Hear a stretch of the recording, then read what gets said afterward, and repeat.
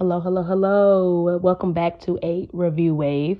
I am your host, Miss Lexi, and I thank you guys for tuning in right now. If you're new here, make sure you guys like, comment, and subscribe. Don't forget to hit that subscribe button. It's the most important, so you can get all the notifications for when I drop another video. I think this is my first video in a while, and I am glad for you guys tuning in. I just hope you guys stay tuned in for the whole recap. As I like to call it, a season wrap-up reaction.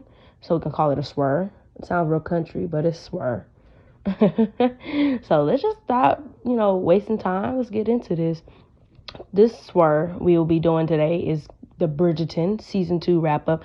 I waited. I know it's been out about a week and a few days now, so I think that's enough time for most people to binge it. Because I definitely finished within a day. I am a hardcore binger right here, so I definitely finished. So I wanted to try to give you guys a little time to, get through it. But here we are. We're doing a recap. Just before you continue, let me just say spoilers ahead. So if you have not finished the season, please stop. Go finish it, then come back. Because over here, we just doing straight reviews based off of the season. It's going to be a little quick recap, giving a little spoilers. Then I'm going to tell you everything about how I feel about it. So before we get into it, I definitely want to recap season 1. The main thing about season 1 was wrapped around Daphne. See, I know this series actually have books to follow. I have not gotten to the books yet, but I definitely plan on going ahead and start reading them so I can just kind of be ahead of the game as we wait for the next season to come. But they have books. So this first season was about Daphne. That's the oldest of the girls, but I think she falls in 4th in the sibling line, and it basically was wrapped around her and her quest to marriage, her being introduced into society, and then the queen naming her the diamond. And honestly, she chose a duke over a prince. But you know what? When love calls, there's nothing else you can do. And let me tell you, they love story, oh my gosh, I am such a romantic, and Daphne and Simon definitely gave me all the feels that whole series, like, woo. And so that was definitely something you definitely should catch out. If you haven't checked out season 1, don't go to season 2 before you see season 1, because you're gonna miss all the feels, because that's definitely all it's giving. Very much giving love, and I love it. The actors and the actresses, they played their parts, made me fall in love with their love story for sure. And that's season 1 wrapped with them married and having a child. And if you watch season 1, you saw the trials to get into that child phase. That was a lot, but I enjoyed the roller coaster for sure. And the second number one thing besides the whole Daphne's marriage quest was we got introduced to Lady Whistledown. Now that was I like that, because it basically, it not only gave me the love, the love that I was getting, the love story, but it also gave me a little drama, because let me tell you, Lady Whistledown was spilling everybody's secrets, everybody's tea. She knew everything, and she knew what everybody was doing. And you know what? I honestly was trying to figure out the whole season who it was. I had so many prospects, honestly. Like, I really did. But then when it came out who did it, she wasn't even on my list. So if you don't know, Lady Whistledown was introduced at the end to be Penelope. Penelope Featherington, which if you watched season 1, you saw the Featheringtons. Woo, that family's a mess. Not only is it a mess, they tried to trick Colin Bridgerton into some marriage with Marina. I don't get me wrong though. I do love Marina. I feel like her character, the way she came in, she came in as that long distance cousin, and it just, the way she came in, I feel like she definitely, came in hit. But, one thing about it was she was in love. She was a young girl in love, and you come in like that, it's just hard to want to be open to that society, especially when you didn't grow up there. You're not used to this type of lifestyle. So I definitely commend Marina, but she had to do my boy Colin like that. Like he said, if you would have just told him, he probably would have went along with it. But shoot, things happen and life goes on. So that's just the real quick season 1 recap. I mean, of course, a lot more happened in those episodes, but that's just a quick season 1 basis of the main things that was going on. So let's just jump right into season 2, because I don't want to waste no more time, because oh my gosh, this season, let me tell you, first off, I want to definitely say I was not thinking about watching it, just because I loved Daphne and Simon. And I just, the thought of Simon not even being in the show was so hard on me, because I'm like, man, how you gonna make me fall in love with your character? Because Simon had some crazy character growth, throughout the series. And because he had to deal with his own emotional thing of being a son not wanted by a father. So he was dealing with his own emotional roller coaster. But how dare you make me fall in love with you and then not end up on the next season? Oh, even if it was for a little bit, I would have loved to see his face.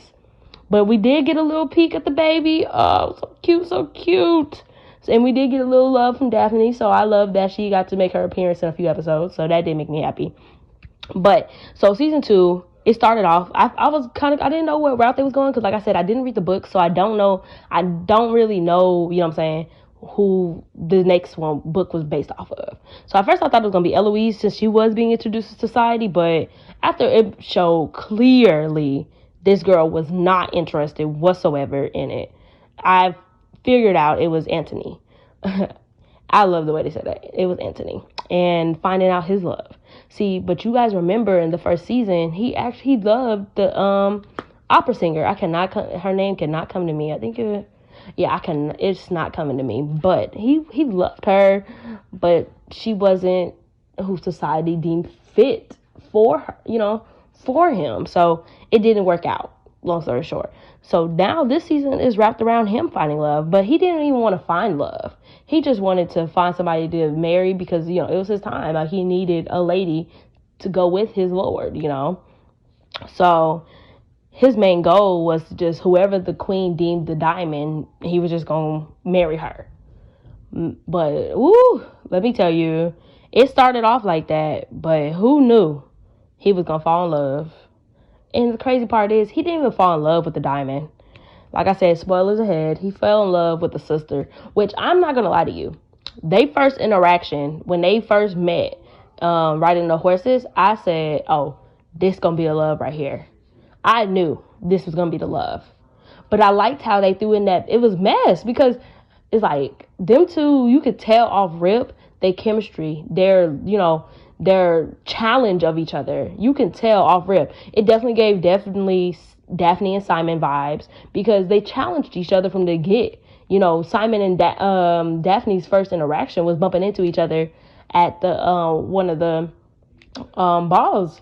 So, and then their first interaction is sitting here racing horses. Like, it definitely just gave those vibes, like that challenge, you know what I'm saying? And I think somewhere in the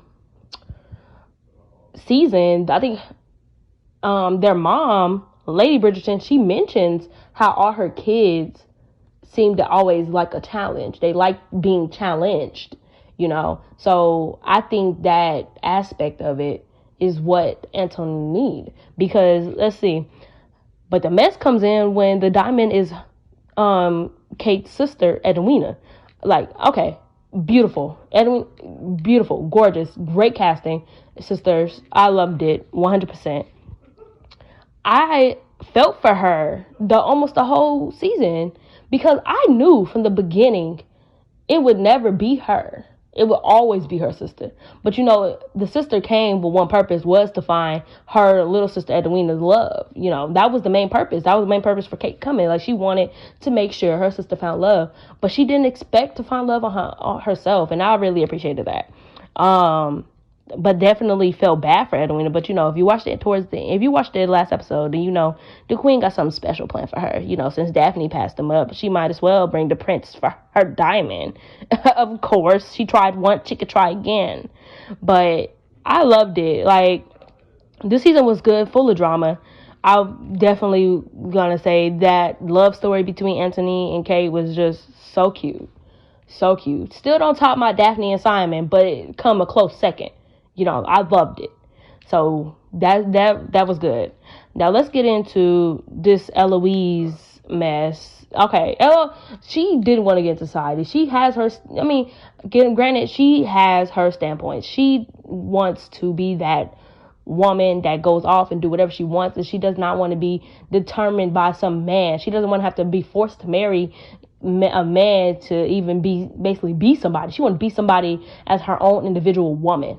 And I respect that 100% because you got to do what you got to do, right? So she's actually going into, like, I guess you could say the lesser side, and she meets a guy that actually becomes her friend. It's somebody that's a writer based off of something that she's interested in, and she meets him. They're talking, they're communicating, and I loved it. It seemed like he gave her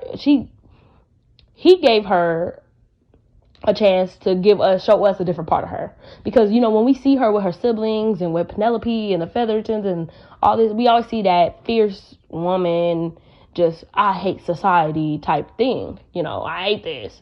But with him, we got to see a lighter side of her, I feel.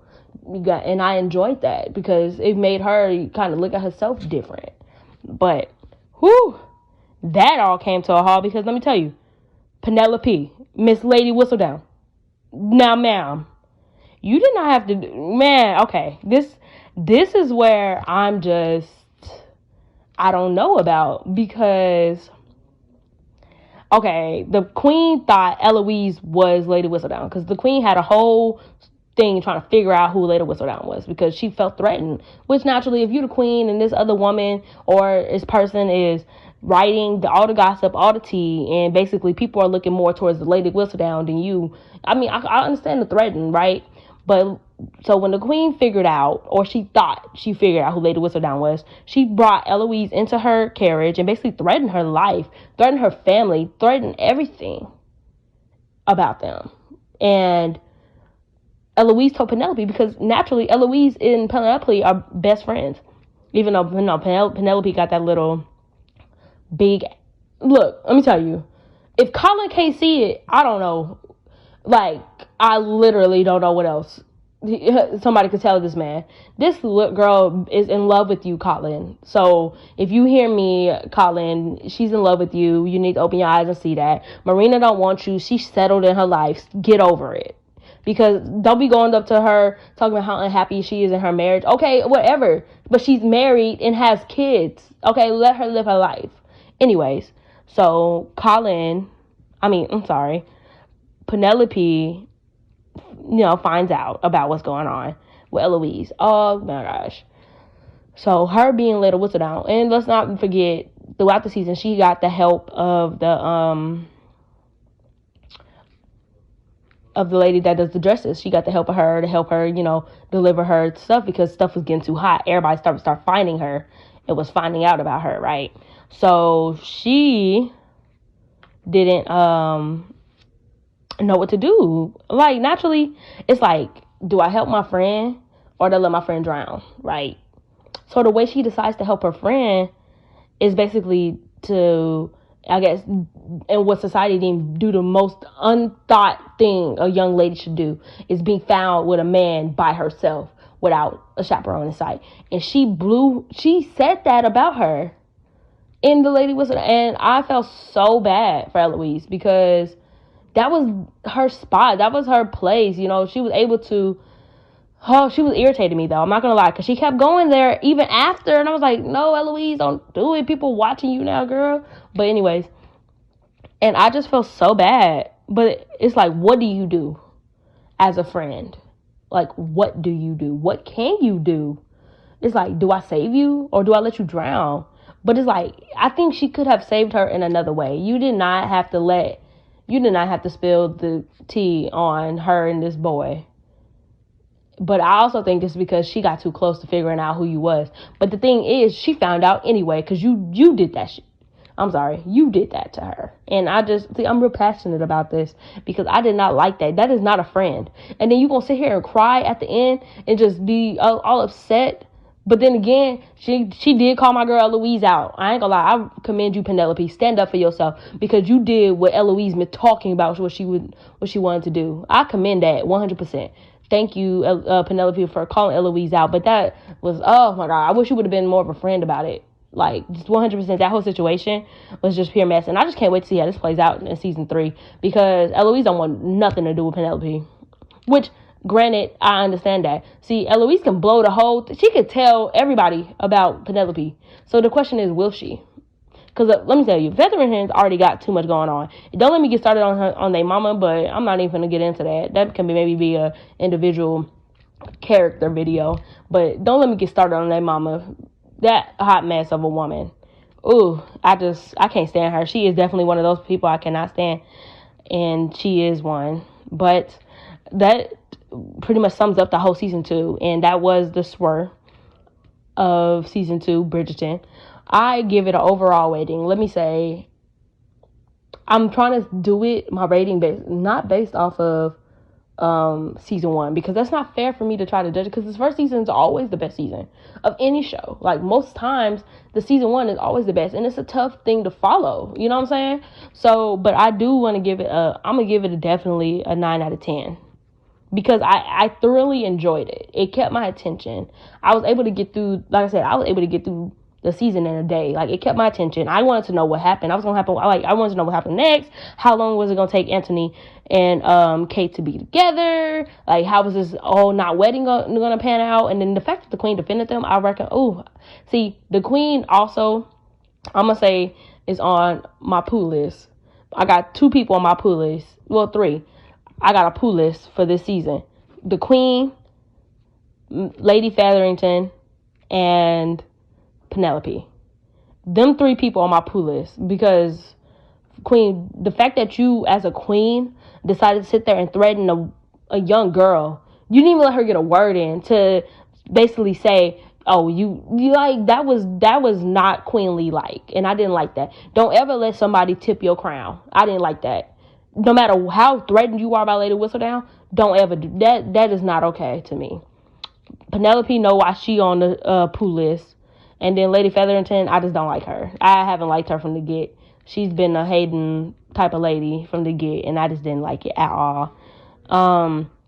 But 9 out of 10 for the season. Definitely loved it. You know, season 1 was 10 out of 10, 100%. But 9 out of 10 for the season. I enjoyed the drama. I enjoyed the love story.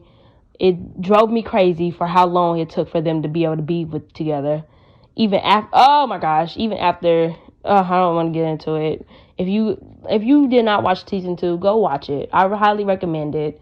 Go watch season 2. If you haven't watched season 1, go watch season 1 first, then watch season 2. And if you already watched season 1, go watch season 1 again, because the love was good, because I definitely did. I had to go back and watch season 1 again, because that love story was pure fantastic. So that is definitely my season wrap. Make sure you guys like, comment, and subscribe. And is there anything that you would like me to review? Definitely put that in the comment section. Or DM me on one of my social medias. I respond. Definitely put it in the comment section. I take all recommendations 100%. And I will definitely be dropping more videos, so make sure you guys tune in. And if you haven't watched my first video, I think it was about Gossip Girl, the reboot, go ahead and watch that. I think it was on season 1, episode 7. So if you didn't watch that one, go ahead and watch that one. Tune into that. And don't make sure you hit that subscribe button. That's the number one thing. Subscribe. Yes. So you can and hit that notification bell so you get all the notifications for when I do drop again. But thank you guys for tuning in. This is, again, a review wave. Yes, clap it up. Another review down. We got some more bangers coming, so make sure you guys tune in. And I love you guys. Lexi out.